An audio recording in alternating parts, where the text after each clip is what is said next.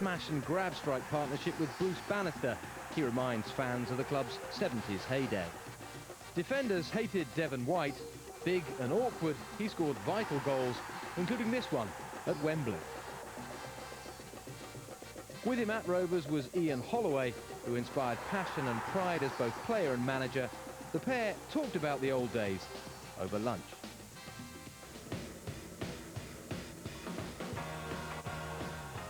You haven't changed a bit, mate. He's a liar, isn't he?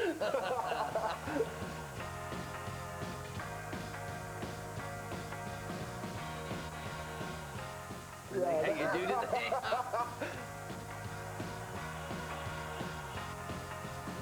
Surely it is, isn't it? Nobody ever actually saw us as a proper team, I would have thought.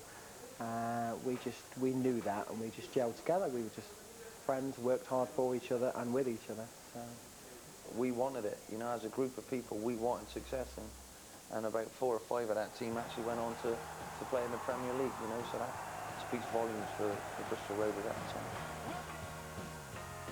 He was just one of those players that would encourage everybody, whether it was personally or just as a group. And everybody wants to be like him. He would run around like I don't know what. He was always on his feet. Could never get him to stop. Never get him to stop. And it was just good fun being around him and trying to keep up with him and, you know, just be part of him. The haircut's changed slightly from the perm. It is, yeah. It was a bit curly at the time. That was natural. Seriously. I hate to admit. Nobody ever gave him the credit for how good he was, and I'll never forget his debut for us. I mean, he was going to be sub, and Robbie Turner failed to turn up. See, Jerry put him in, and he scored, and that was it. You know, he almost became a cult hero straight away. He was such a handful for anybody to deal with, and particularly, you know, I'm going to mention it again, Bristol City couldn't deal with him. They just couldn't deal with him, you know.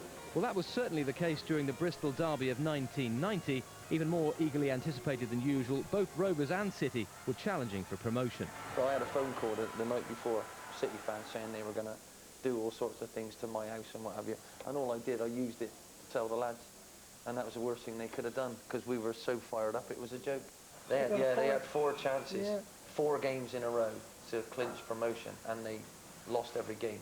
Whoever won that night would get automatic promotion, and we managed to do it. He scored 2 and I got a penalty, which goes down in my life as a very good night. I know. Against the City as well. It's quality. White! 1-0! Devon White! 2-0! Yes! I went back to being an electrician, started working for myself, and it's very successful at the moment.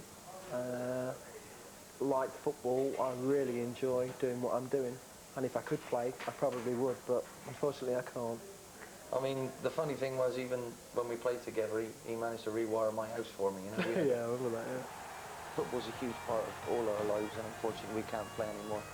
And everything else is second best to that. But those memories of what we achieved, no one can ever take them away. It was a special, special time with wonderful people who wanted something together, and I shall never ever forget it.